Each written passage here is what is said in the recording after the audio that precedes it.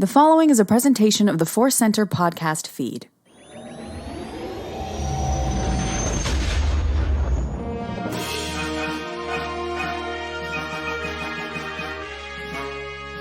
From the center of the galaxy, this is the ForceCenter podcast feed, which means I'm Ken Napzok.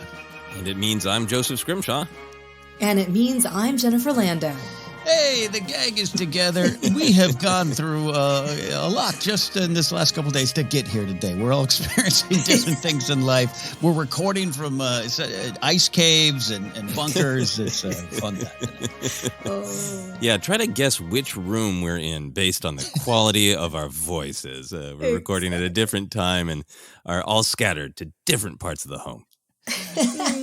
That's great. And yeah, Jen, let's acknowledge the cough in the room. You're a little under the weather, so you might sound a little different. We don't want anyone to freak out. You're okay. That's right. Sound better today than I did yesterday, but I'm going to lean into it. Sound a little grizzly. Oh, yeah. You got a Saj Ventress vibe going on. Oh, yeah. Love that. Short voiceover career for like a day while I'm sick, and then they'd be like, okay, you're fired. Just come in once and go, Kenobi. Beautiful. Well, the gang is all here for some Star Wars news. Also look at this week in Star Wars history. A lot of fun, a lot of things to get to. Even though there's only technically on our sheet 2 stories, there's a lot to discuss. So we're going to dive right in here. And we'll also remind you that today's podcast is brought to you by Audible. Get a free audiobook download and a 30-day free trial at audibletrial.com/ForceCenter. Over 180,000 titles to choose from for your iPhone, Android, Kindle, or MP3 player. A little bit later, as always, we'll have our ForceCenter recommends an audiobook, that we think you should try out on us. Right. I just was doing the adding the commercials in some of the older episodes, and I stumbled on it the first time we ever offered Audible. Really? Yes. And we all were figuring out how to get that rhythm down. Audibletrial.com. It's good stuff. We're going to catch up as we normally do, life and Star Wars adventures, but we're also not going to make Jen talk a ton to strain what little vocal cords she has left. So, Jen, I will let you begin. How are you surviving, and is Star Wars getting you through? Well, it would have. I went to Disneyland yesterday. I was so excited because my daughter, I had prepped her. I said, let's go on the Millennium Falcon ride. She says, yes, I'm all in. I don't know what happened, but somehow we didn't even get anywhere near Galaxy's Edge. I got a moment in the Tomorrowland gift shop. It was like not even, I barely looked at like one Grogu tie-dye shirt, and then I was whisked away. And it just was I was like, I need a day by myself here so that I mean, really, like my kids wanted to be at the pool, or they were like, oh, we'll just go on like Small World. And I'm like, oh my gosh, we have a 2-year-old too. So that's challenging. Sure. But I saw people walking around with their droids and their custom lightsabers, and it just was like, I had this wistful look on my face. My husband was like, oh, look at that custom lightsaber. Oh, that looks nice. I'm like, it would be nice. I'm aware. Have you ever made a lightsaber, Jen? I never have. I just am, at least not at this age, because everything gets destroyed. My daughter, my 6-year-old, was playing with our lightsaber, and it's one of those that like it retracts and then, shoots out. Yeah. And she thank goodness she didn't point it at herself like Luke. She pointed it outwards, but my 2-year-old was right in front of her, and it shot right below her eye. Oh, no. Oh, yeah. She got this huge bruise, and I had to explain to her school. They're like, what happened? I'm like, well, she got shot in the face by a lightsaber. So I can't get a fancy one just yet. We need some actual Star Wars storytelling where the younglings hurt one another and really get a good lecture from Yoda about lightsaber safety. Oh my gosh, like there should be like a training video over kids. Oh, have you guys made custom lightsabers? I did. Had a chance. Yeah, but Joseph did. Yeah. Yeah, it was one of the priorities, in the the lightsaber is cool. The lightsaber is great. I love it. But the experience is so good. And they let you bring in one other person with you. So, you know, Sarah took a bunch of like pictures and was like my emotional support. That's great. For how cool it was. Yeah. It's really worth the experience. I love it. I will say that, you know, Galaxy's Edge is really far out there. And so that's part of the reason why we didn't go over there, because it was just such a trek. But Tomorrowland, I think it needs a little bit of help because people aren't really going into the launch bay. You know, right. I don't even know I don't even think it's open. And then we saw some characters doing some music at night, the Up characters, the little boy and the dog. And Tomorrowland? Yes, in Tomorrowland. It kind of has like a Toy Story Pixar thing. I don't know, but I'm like, somebody, please bring something Star Wars over here. It's Space Mountain, Star Tours. Come on. Yeah. It did get a little dented there by Galaxy's Edge because some of the early times I went to Disneyland, which was quite late in life, that Tomorrowland was Star Wars land, right? Right. Wow. Yes. One last thing I'll say on the bus ride back. We were talking with this family, and they had said that they went on the Rise of the Resistance, and they were not hardcore Star Wars fans by any means. They said it was the most incredible ride they've ever been on. They said it was, I think she even said like life-changing. I was like, whoa. She said it was unlike anything she's ever experienced. She would not spoil it for me. She said, I have not really done much research on it, but she said, if you can ever go on it, don't miss it. So we're going back to the hotel. I'm like, oh, okay. Maybe next time. When the kids graduate high school. Oh gosh, So that's I concur. Another priority. Yeah, I concur with Stranger Lady. Really? I concur. Yeah. Yeah. I have not yet bet on it, so I'm with you, Jen. Ken and Stranger Lady have had their lives changed, and you and I remain the same for now. Oh man, someday. But I haven't had a chance to build a lightsaber, so you know it's all even around here. I haven't even walked over Disneyland. Yeah, I didn't even pass that. I did walk into where you build the droids. And I was with my friend and his wife, and we walked in, and Grace and I, and I remember, I don't know how we got, I just saw a lot of it, and I went like this. I went, and I turned around and walked out.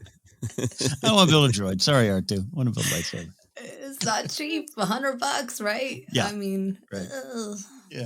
I'd rather get a turkey leg. Exactly. I wanted a Ronto wrap. That didn't happen either. Oh, well. Sorry. The tale of Jen's Disney disappointments. I know. My husband's like, you're having a really hard day. I'm like, I got nothing accomplished. At least it matches your voice. Like, nothing worked out for me at Disneyland. Maybe that's the problem. Yes. Well, Star Wars Adventures, sort of, from Jen. Joseph, life at Star Wars. How's it going for you? Good. I had some adventures that I thought were going to be Star Wars adjacent, and then they became direct Star Wars, which was weird and fun. So my wife and I are really making a point of trying to go to all of the museums that we keep saying that we're going to. We went to the Natural History Museum for the first time. We have been down there before to the Science Center to see this amazing King Tut exhibit several years ago. But there was a Jane Goodall exhibit at the Natural History Museum that my wife really wanted to catch. We watched both of the Disney Plus documentaries about Jane Goodall, which are both really great. Some not surprising, a woman who studied and studies the way science and nature and interact. There's a lot of Star Wars themes going on. So the exhibit was great, but then halfway through our drive there, I was like, oh, wait, I'm going to get to see the outside of the Lucas Museum of Narrative Art under construction. And it was really fun to see I know I've seen the drawings. We've all seen the drawings, but to see up close the giant, weird spaceship like shape that is like the outer structure, like it's still all covered in stuff, but it's there, you know. So it was exciting to see how close it was getting. And that whole area, it sounds like Jen, that you've been there. Yes. It is such a cool, just sort of campus of knowledge with all the different buildings, some that are like very old and some that are newer and other new ones under construction. And now the Lucas thing there and the Rose Gardens, all great, all beautiful. And I thought, oh, that's kind of a Star Wars adventure. There's one Jane Goodall quote about giving one of the things that she did different when she studied chimpanzees to begin with is gave them names instead of numbers. And I was like, there it is. She's talking about clones from Clone Wars, the animated series.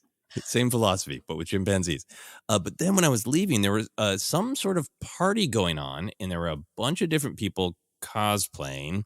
There was a Jedi with Grogu, who is a Grogu doll, who was just standing like on the corner making Grogu wave at people. Like, okay. But then there was somebody from JPL who had a fully made, automatically piloted R2. So R2 just came rolling along and kept getting stopped for photos. Like there was a paparazzi, like R2 was famous. So while the guy piloting R2 was talking to a kid, I zipped in and took a selfie with R2, which is the first celebrity selfie I have taken in Los Angeles after all these years of living here. Wow. Was it a JPL event?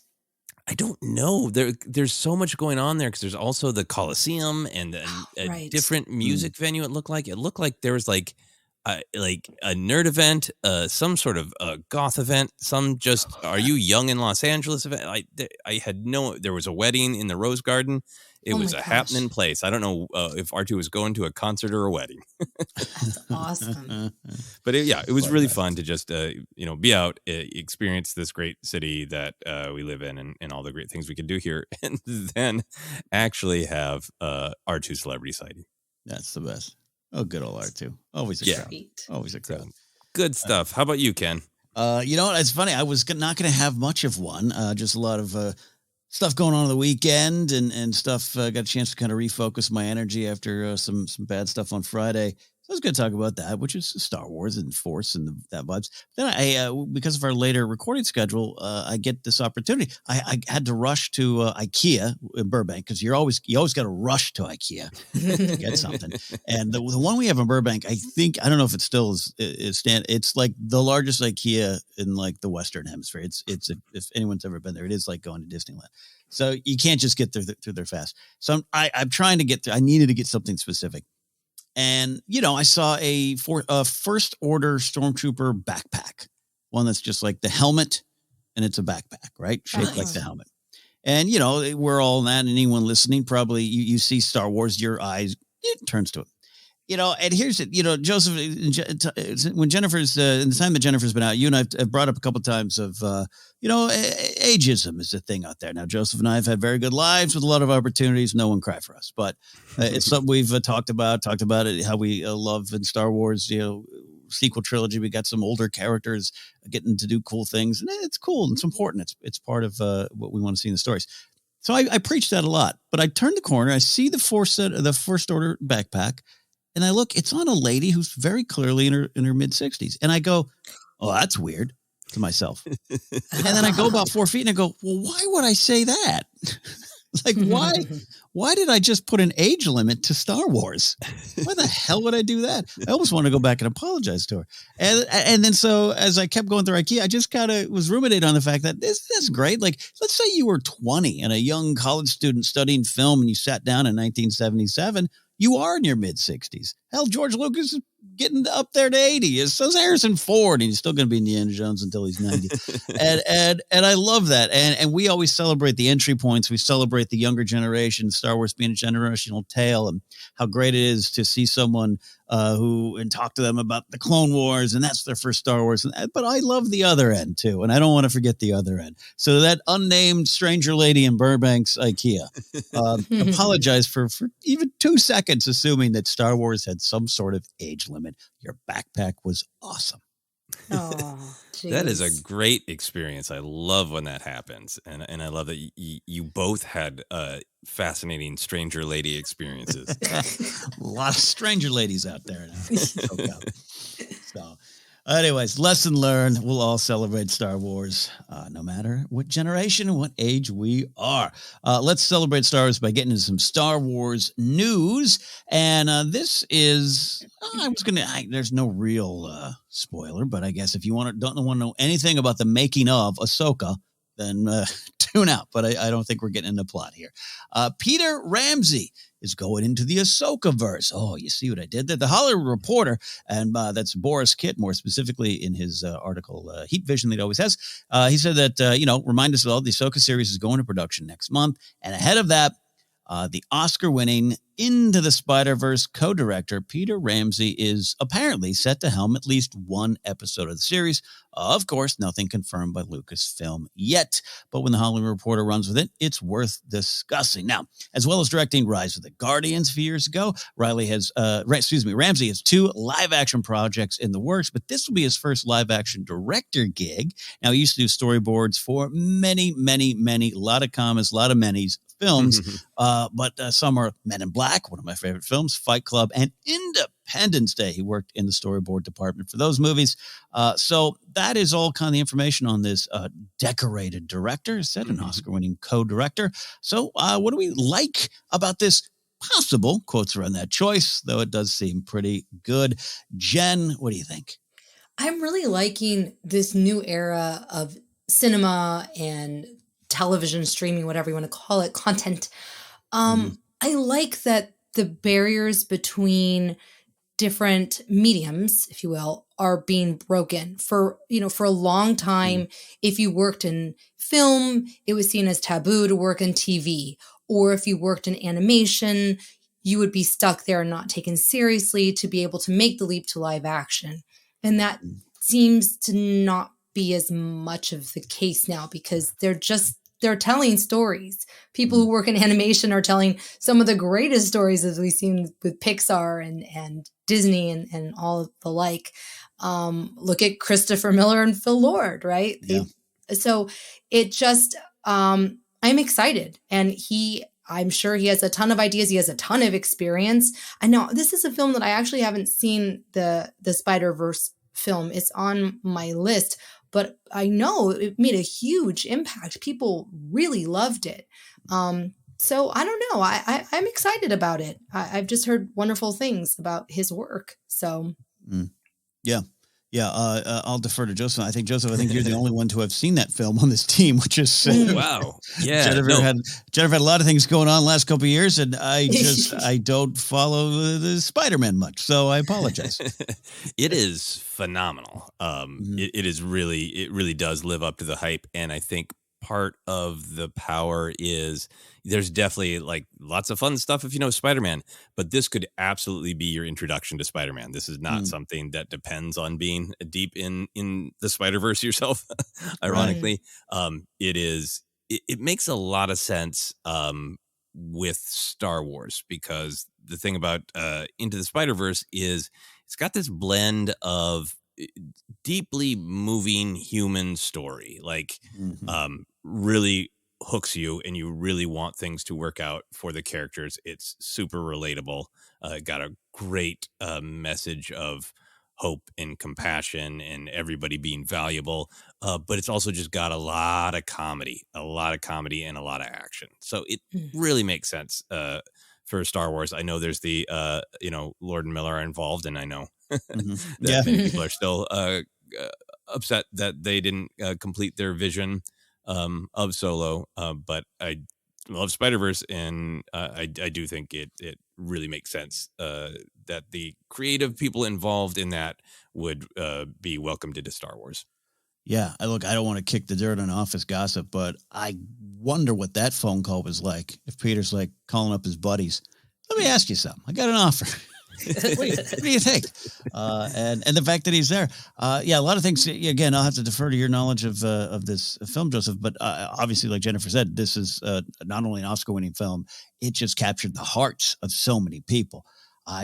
You get the buzz was felt, even if I didn't see the film, and it's nothing. I'll probably see it one day, and probably have more reason to now, just in terms of researching what's coming down the line in Star Wars. So I love all that. I love what you're saying. That tracks. And then I love this idea, and Jen, you're touching upon it too, of hey, those walls are kind of down. It was very much, I remember the first time I saw a movie star on TV and thought, wow, that poor person. It's the way it just kind of went, and we're not there anymore. And this tracks for someone like Dave Filoni, who, storyboarder, animator, getting a chance to learn how to direct. This just makes a lot of sense. And Ramsey, again, he won an Oscar, more than qualified to take a stab at live action. It's not like Dave just said, let me give you a chance. I just love it. It just seems like a wonderful pairing from people who understand how to tell stories no matter what the medium is.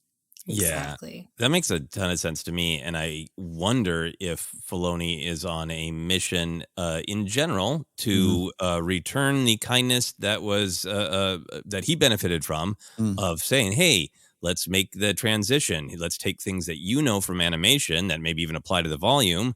But go visit the set of Last Jedi, work with Jon Favreau, and really get yourself to this live action point where you feel more comfortable and knowledgeable in it. If he's trying to turn around and give that to other animators just out of sort of a philosophical desire, but then also practical application to this show. This isn't a brand new show. This is Ahsoka's show, right? And if all of the rumors are true about a ton of characters coming from Rebels into live action, of Thrawn coming from animation into live action, it might be that Filoni really doesn't want to butt his head up against people who don't understand his thinking on this, right? We've had all these great behind the scenes discussions with him where he's really laid out like the Darksaber should look different. That's a stylized world.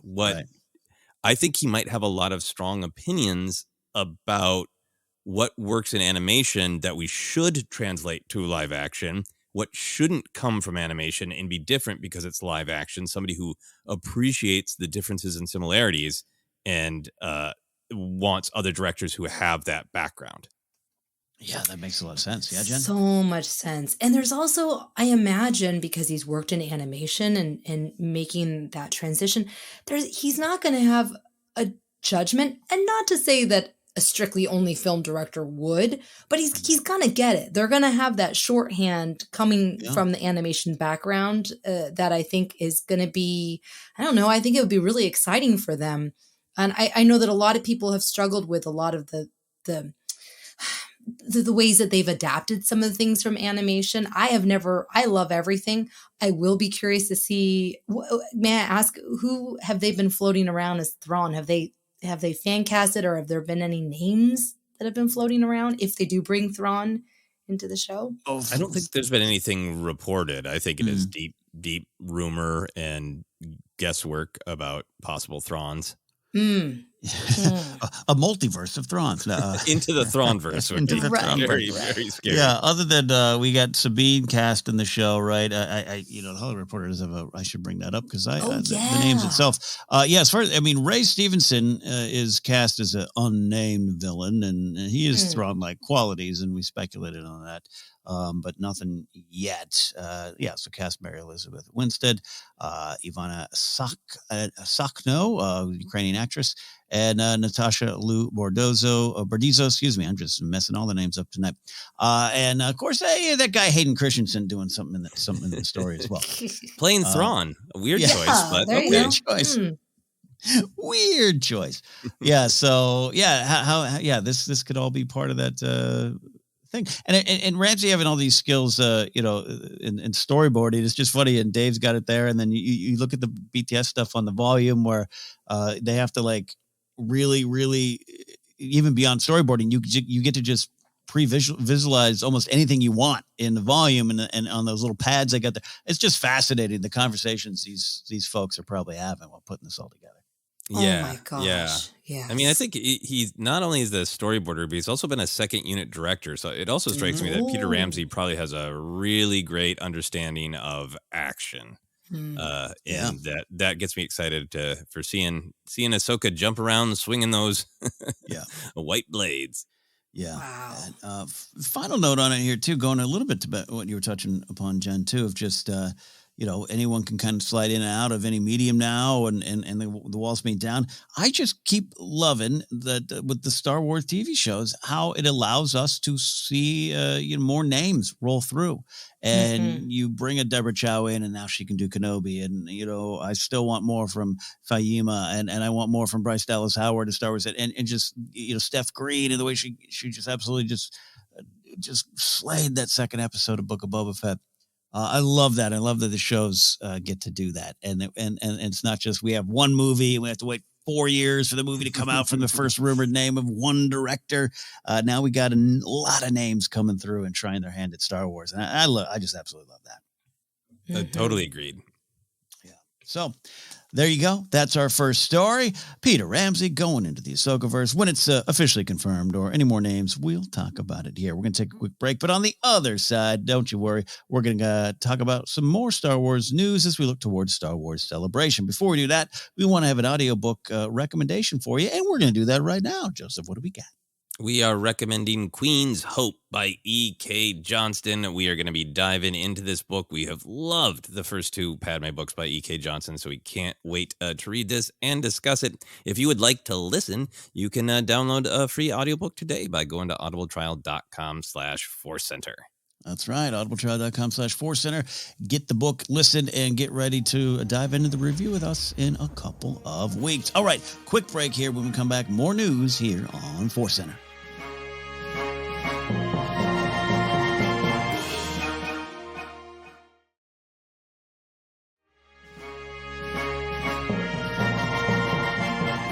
Welcome back to ForceCenter, the big show, the superstar destroyer of our fleet of news. You know what I mean. Here we go. Let's dive into this. I am excited for Star Wars Celebration, but now we're starting to get news of the panels. It's starting to shape up there. A lot of talk around Celebration 2022 so far has been about what to expect. Movie announcements? There's no episode 9 to promote. Like, what do we got? Mando 3? Now we have some of the bigger panels starting to emerge. Let me just run through these, and we'll discuss them. And what looks to be a big kickoff panel, the, quote, current crop of live-action filmmakers, will be joined by special guests to discuss the many adventures coming soon, including Kenobi, Andor, and The Mandalorian. Like I said, that should be on Thursday. On Saturday, Jon Favreau and Dave Filoni will sit down with special guests for a conversation about the Mandalorian series so far and what's to come. And on Sunday, getaway day, as I call it, when we're all kind of packing and looking at the checkout times, but still having to head back to the floor, David Collins will host the Bad Batch panel, which will feature Jennifer Corbett, Brad Rao, cast and writers of the Bad Batch to discuss the first season and, hey, what's to come. Overall thoughts to these announcements so far, Joseph? Yeah, I'm fascinated by what they've announced. It makes a ton of sense. I'm also fascinated by what they haven't announced. And that there's a missing day if I have my weekend days right. Friday. Yes. They haven't announced anything for Friday. I've seen other people talking about it, and I'm really intrigued by why they haven't announced anything yet, if they're just, rolling things out slowly. But I'm kind of wondering if it's going to be a Kenobi panel or a Kenobi viewing. Obviously, they are featuring Kenobi heavily in that big kickoff panel on Thursday with all the upcoming adventures. But I wonder if they're going to do something to kind of make the most of the fact that Kenobi had premiered at Friday at midnight. So I'm intrigued by that. I'm also intrigued by, I understand why they haven't announced it yet, because it's probably not as splashy, but I really do hope they do a 20th anniversary of Attack of the Clones, which I think they will, since their merch is all Attack of the Clones inspired. Yeah. Yeah, that would make sense for like a Sunday, which I think they did the Phantom Menace on that. Though we had that Monday, 5th day in Chicago. We don't have that here. Jen, it's going to be a busy celebration for all of us there. Anything you're looking to drop everything and head to? Yeah, I'm wondering, yes, for the missing Friday is what I'm thinking about, because what are they going to share in the Thursday panel, right? Like, they have these episodes that are going to be dropping for Kenobi. Yeah. So they can't do any like big reveals. Not going to have a trailer or anything like that. Okay. All right. So they'll probably will have Deborah Chow, and she'll maybe be teasing about what's going to be happening throughout the season. Oh, maybe they'll have a little featurette of the season. Maybe they'll do that. Okay. Yeah. Now, Mandalorian, Jon Favreau and Dave Filoni are going to have their panel on Saturday. So are they going to be also at this panel on Thursday? I believe so. Yeah. Right. like, what are they going to talk? It feels like I don't know what they're going to discuss in this. I mean, and then for Andor, I'm not even sure. Like, Andor has multiple directors. Mhm. Tony Gilroy was supposed to be the showrunner, but then with COVID, supposedly he actually didn't end up showrunning. I'm not 100% sure. So who are they going to bring out for Andor? Right.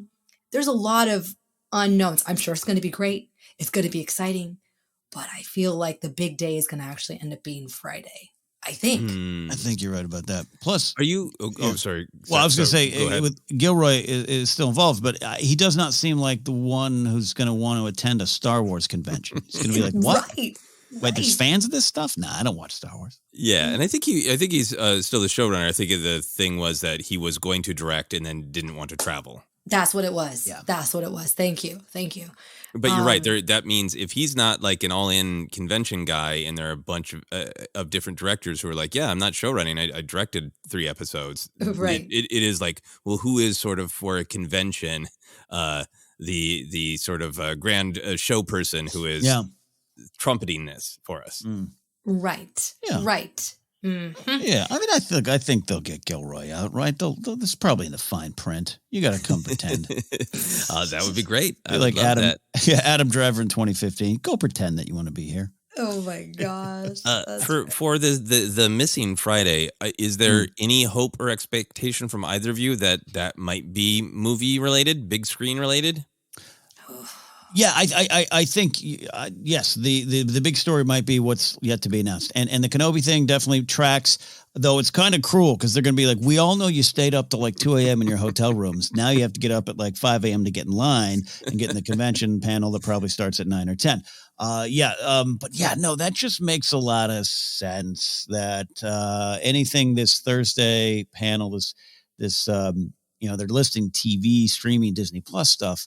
But that special guest, you bring someone out and maybe you tease it and announce it Friday, or then you just wait.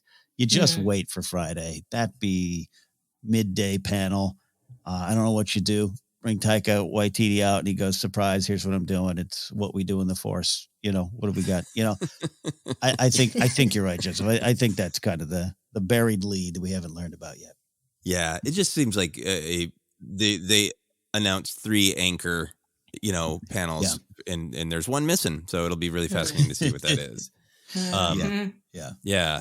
I have thoughts on the Thursday panel. I was going to ask. Yeah, I was going to ask specifically. Like, what are you expecting? What do you want? What's your thoughts? Trailers, teasers, announcements. Tony Gilroy going, there's a Bubba Gump around the corner. That's why I'm here. I think it's good. I think there are going to be some treats, but I think presentation wise, I think it's going to be mostly a party. Like, remember like the Rise of Skywalker panel? It was great, right? In The Last Jedi one too. But it was mostly like a fun host, Colbert, for the Rise of Skywalker, right? Right. Bringing people out and kind of asking them a fun, jokey question. And then throughout it, every once in a while, there was a drop. That was the first time we saw Claude, I believe. And that was the first time we saw Lando's yellow shirt, right? Right. And that whole thing was like, let's joke around. Let's have fun. It's a party. And then bam, the title in the trailer at the end is the punch. But the majority of it is just sort of like, let's have a charming person, bring Ewan out and ask him 2 joke questions. He says a funny answer and we cheer. Yeah. Right. I don't think I don't think that panel is a press conference, I think that one is a little less in depth because it's also like the kickoff. But what I do think might happen there is I think there's a possibility of either announcement about or updates about Ahsoka, Acolyte, Orlando. Yes. Right. Maybe the revelation of a new series with absolutely no details. Lucasfilm is not the same as MCU at all, but like there's been some MCU presentations where Kevin Feige has been like, here's what we can tell you with all these details. And then he's like, oh, and by the way, we're doing Blade. Bye. Right. If they're going to have any sort of like, and by the way, we're doing Kira versus Maul, Crimson Dawn. Bye. Like if that's just the announcement of another one that exists, because they're going to have to refresh the slate soon to keep the Disney Plus hype. Yeah. And then my other thought is I really think an Andor trailer is not out of the realm of possibility at all. Yeah, this might be the kickoff of real the beginning of the Andor push, right? I mean, Yeah. Kenobi's here, there. We're going to see the episodes. Still going to have a lot of marketing around that, but Andor, well, intents and purposes, up next. So what a way to just, hey, you guys want to see some Andor footage? That'd be great. Yeah, because this isn't just for the convention. This is also how are they trying to dominate the social media discussion the entire weekend. Basically. Domination. Yeah. Yeah, you're right. It's got to be a teaser trailer. Something Andor. Yeah. Well, yeah, even just discussing it with y'all here, I'm more excited than I thought I would. And I mean, off-air discussions that I'm now bringing on air. I've even told Joseph, like, I don't know. I'll be in a hotel room and I just want to party. Let's go party. And I'm like, I don't know. That'd be kind of fun to be there and in the cheering with, thousands of other people because I get to see Cassian's face on screen again. Like, that's why these conventions are fun, beyond just the news and the hype and the domination of the cycle. It's just fun to celebrate. It's fun to rub shoulders with people who are just experiencing joy for Star Wars. Mm-hmm. Yeah, absolutely. Especially something like Andor that, I think we're all very excited for, but I think so far it hasn't captured the sort of general public's imagination of what it could be and how cool it could be to have this morally conflicted, gritty espionage story, all leading to hope baked into Star Wars, and to have a room full of thousands of people get that and be excited about that. That's just fun to be a part of. Mm-hmm. Yeah. No, sorry, Jen, I cut you off. No, just because Andor is this series that has, there's definitely folks like us who are super excited, but there's some question marks around it of just like, okay, I'll see what it's about. Well, man, getting to see what it's about on this scale and this stage will really, I think, kick it off. So I'm excited. So I almost got to temper my expectations. I mean, for the behind the scenes little featurette that they showed recently of Andor, I was surprised by the scope of it. It seems very cinematic, huge sets, incredible costumes and creatures. I think Neil Scanlon's back in the special effects creature department. It just looks pretty epic, not even in slang term, but just like grand. And that kind of got me, oh, okay. And obviously the volume is incredible for what they're able to do. But this was like, this is like Star Wars filmmaking. So that got me excited. Yeah, absolutely. I think it might have a little bit of a different look and different feel because it seems like for whatever reason, if it was creative pushing, if it was, trying out different things early in Disney Plus's tenure, it feels like it has a few more big sets and and practical stuff. Yes. Yeah. Excited to see, and definitely excited now about that Friday blank spot. And who knows that Feige could be the and surprise instead of him delivering it. Joseph, he could be the surprise. Oh, and here's Kevin. What are you doing? I'm doing this. Oh, okay, great. And cheers go up. Oh yeah, here's my Knights of the Old Republic movie or whatever. Yeah. Oh my gosh. Yeah. Could be. For the other panels on Saturday with the Mandalorian panel, like that first Mandalorian one was great and things that now get shared all the time that were on social media that were just anecdotes. Pedro Pascal talking about coming in and going, who do I play? The robot? Yeah. and being told like, no, you're the Mandalorian, and his emotional reaction. So like I think with that cast, with those creators, there could be some really fun moments. But I wonder if we could get a very short teaser, maybe even one that isn't made available publicly, but a very short teaser or a little scene from season 3, or possibly more information about the storytelling event that the Mandoverse is building to. That would be interesting. Yeah, especially as an overall picture, right? If we get a little tease on the day before with Ahsoka or anything like that. Yeah, that'd be fun. That'd be fun. Yeah.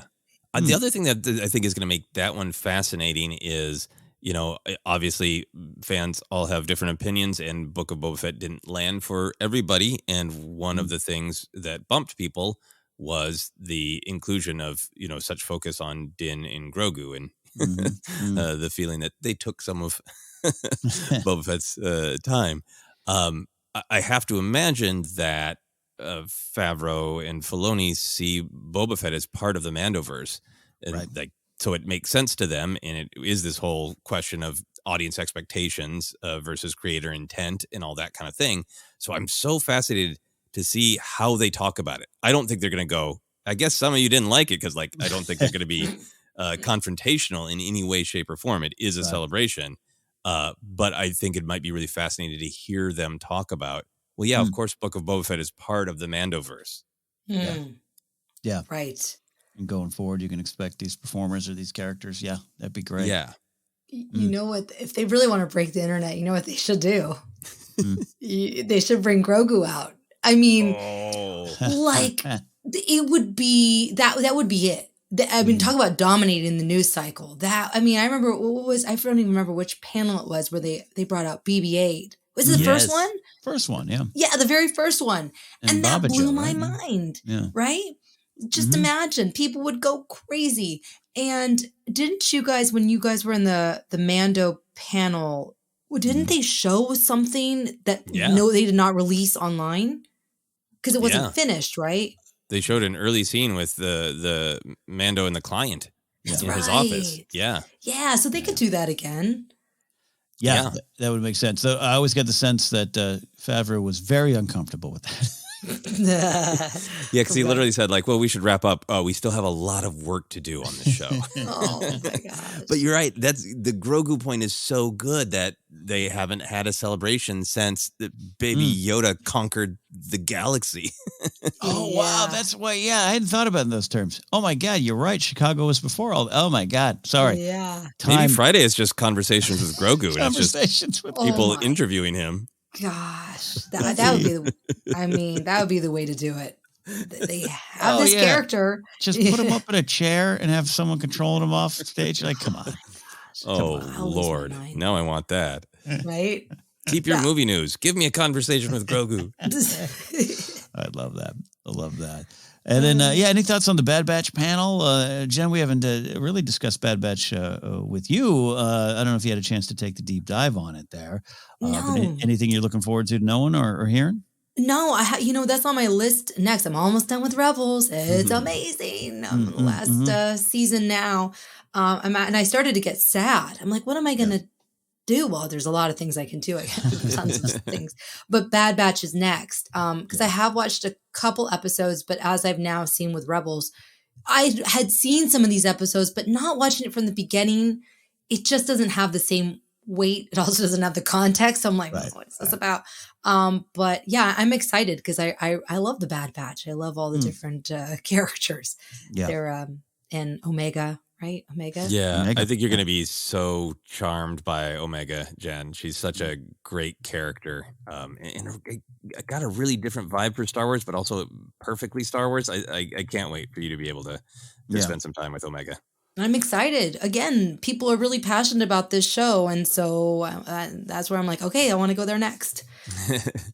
It'll rub off there, and I think we'll finally, if not before the convention, but definitely this panel get the information of when Bad Batch season 2 is finally coming out. That'd be good. Yeah, I think there'll definitely be a trailer for season 2 and a release date, and Sunday makes sense for the animated show that they want to hype, but isn't the biggest deal. It makes sense for them to hype it then. The other thing I'm excited about for that panel, Ken, is D. Bradley Baker being there and Michelle Ng, and getting to hear about that experience of D. Bradley Baker playing all those roles. Yeah, incredible. I'm sure there'll be a lot of talk about that. But I think the fact that Jennifer Corbett is the head writer, and she's going to be there, and I think it'll be great to really celebrate her because it says produced by Dave Filoni, and I think co-developed by Dave Filoni, or whatever the various credits are. A lot of times on the internet you'll just see Filoni's continuing to kill it, he's killing it with Bad Batch, and I'm sure he made many wonderful contributions, but the head writer's name is Jennifer Corbett. Right. Yeah, no fault of Filoni at all, of course, but it's just the way the conversations go, and that's why we try to say here Filoni and team at least when discussing it. But yeah, absolutely, them, Brad Rao and Jennifer Corbett front and center. that'll be fun. And to hear them and hear their takes on it and what they did in season 1 and what they hope to do with Bad Batch as it moves into important storytelling eras. Like, we're here at the formation of the Empire. That's fascinating stuff and important stuff in terms of the Star Wars story. So I want to hear their takes on it for sure. Yeah, absolutely. Looking forward to that one. Well, we will keep you updated, of course, once all the other panels are out there, especially that Friday panel. And maybe they'll be nice and put the Kenobi panel at in the 4 in the afternoon, so we all can sleep in.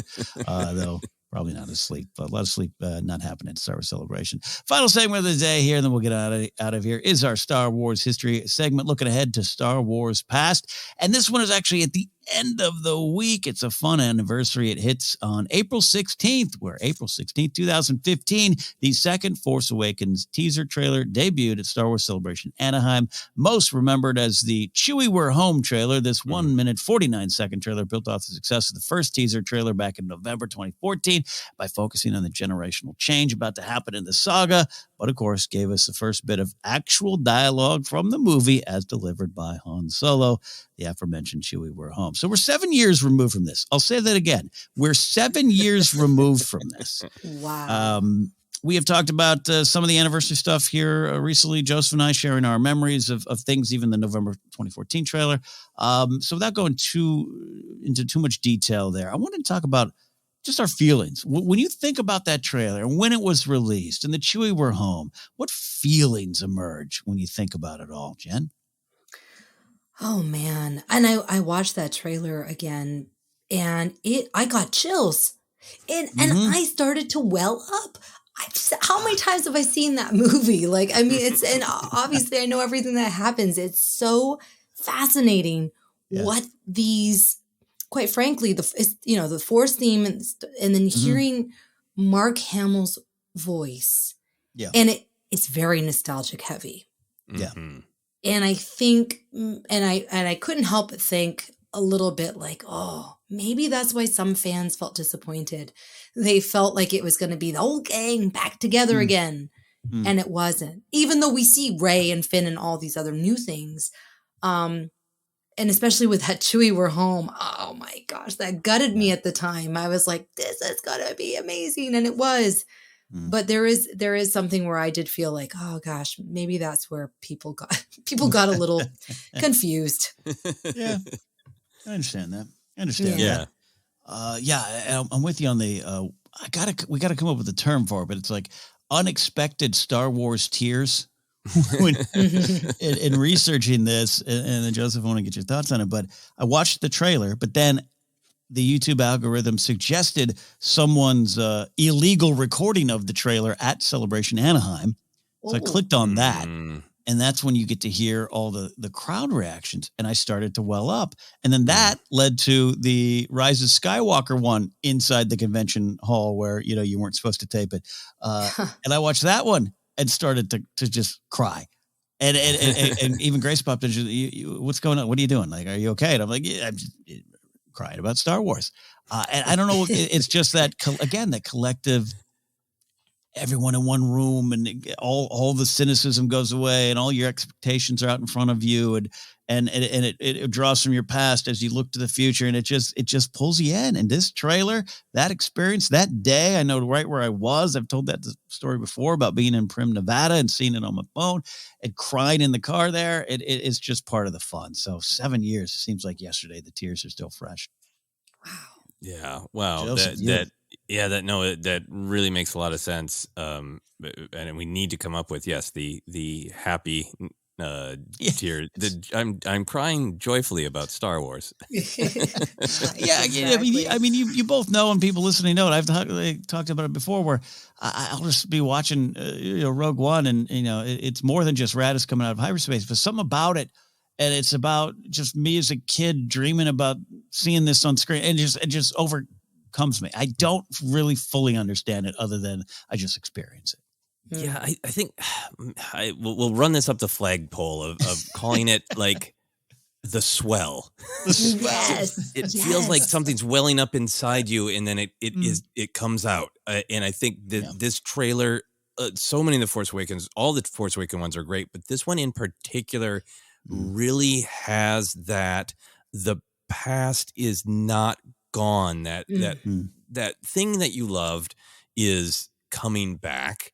But like this trailer is almost an argument for the positive power of nostalgia. This isn't to me about like we're going to show you that thing again. It's that you thought this thing you loved died. It starts with the crashed X-Wing in Star Destroyer, which is literally like, is that what happened to your toys? I bet you thought that's what happened to Star Wars. And then the way that's constructed, the way Luke Skywalker speaks to someone, like at the time it was the fun, like who's he talking to? But the way it works is he's talking to all of us, right? You have that power too. And it connects you to that like feeling when you were young or young at heart. And we're waving, a rake around pretending it was a lightsaber because this was so fantastic and fulfilling. And that bring that all back to Han, the cynical guy, reflecting all of that by saying, we're home. I think the other trailer goes really far. The next one goes even more in toward the swell with, Han saying it's all true. But this one is like the emotional version of that as well, of like those feelings inside you about this space fantasy story are real and valid, and get rid of the cynicism and the doubt because it's coming back. Yeah, and I think to be in a convention hall with so many people experiencing the swell, patent pending, at the same time, it's why it's so powerful. And that trailer, and looking back on it 7 years now, it's constructed so well, down to the fact that you hear Han before you see him, and that little beat of just blank screen, and you hear Chewie. It's like whoa, and just that absolutely doubles the impact, I think. Yeah, no, I'm going to return to this one when I'm feeling a little down because it's super, super powerful. It is. And I'm generally a rule follower in life. Okay. Don't sneak your phones in, kids. But at the same time, I'm so thankful for those because they were really fun to watch and really fun to relive that experience again. So more coming. Big. What will be the big trailer reveal? What will be the big communal experience at this celebration? We'll find out. Yeah. What will cause the swell this time? The Can't swell. wait. Well, that is our show for tonight, for today. I keep saying tonight because we're recording at night, but you guys are all listening to this whenever you listen to it. We are not going to make Jennifer growl and cough through any more of this episode. She's been a trooper, a range trooper, and a Scarif trooper to stay with us here tonight. We appreciate it. So we're going to get on out of here, but I'm going to let you know where to follow us. We are at Twitter on ForceCenter Pod. We're Instagram and YouTube. Thank you to all who watched the live Q&A this last week. Very fun. We're going to be doing more of it. And yes, we saw someone in the comments was like, you should consider doing one with Jennifer. We have considered, and we will. Just the schedule didn't work out this last time. Yes, I know. I'm so sorry. No apologies needed. It's life. But I just want everyone to know, don't worry. We always, think of Jen and want to get her on that. So it will happen. So Facebook page is ForceCenter Podcast. Podcast available in a lot of different spots, including Acast, iHeartRadio, Apple Podcasts. Just search, you'll find us. Merch available at tpublic.com/user/ForceCenter. And you can support us directly at patreon.com/ForceCenter. Always looking for new patrons, new friends to hang out with us on our Discord and Patreon overall. You can find me at Ken Napzok or go to my website, kennapzok.com. We always like to highlight charities or things going on in the world that are close to our hearts. I've been highlighting the global crisis stuff a lot recently, but I also want to highlight the GoFundMe for the Kyiv Independent. As we know, information in a lot of situations and the truth and what's actually happened in facts are very important. So I choose to support the Kyiv Independent by going to GoFundMe.com/F/Kyiv Independent-launch. You can as well if you so choose. Joseph, what do you got today? Yeah, you can find me Twitter, Instagram, TikTok is at Joseph Scrimshaw. You can check out all of my other comedy adventures, past, present, and future on my website, josephscrimshaw.com. I would like to continue to highlight the great organization Vote Forward. You write letters to voters, encouraging them to use their power and vote. It's something that I do. I am really big on trying to find proactive things we can do because there are so many things to be concerned about. But if you just spend time on social media, Sometimes it's awareness. Other times it's just kind of frustration. And I'm really focused on where can we find actions that we can proactively take. And for me, Vote Forward is a really important one. So if you're interested in checking it out, you can go to their website at votefwd.org. Wonderful as always. Jennifer, take us home. Where can they find you and anything you want to highlight today? You can find me on Facebook, Twitter, Instagram at Jennifer Landa, or my TikTok at Jennifer Landa 1138. I've been a little absent on the social medias, obviously, because I've been sick and having life things, but I will be back. Like Hayden Christensen is Darth Vader. I will return. Who knows what I'll be doing, but I will be back. And that's all I have for today.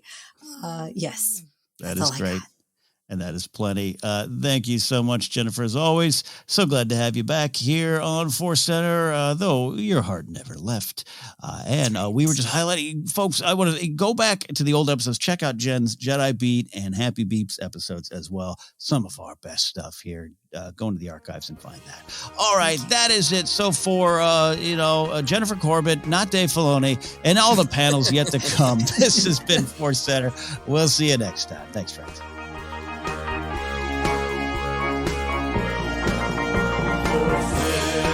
ForceCenter.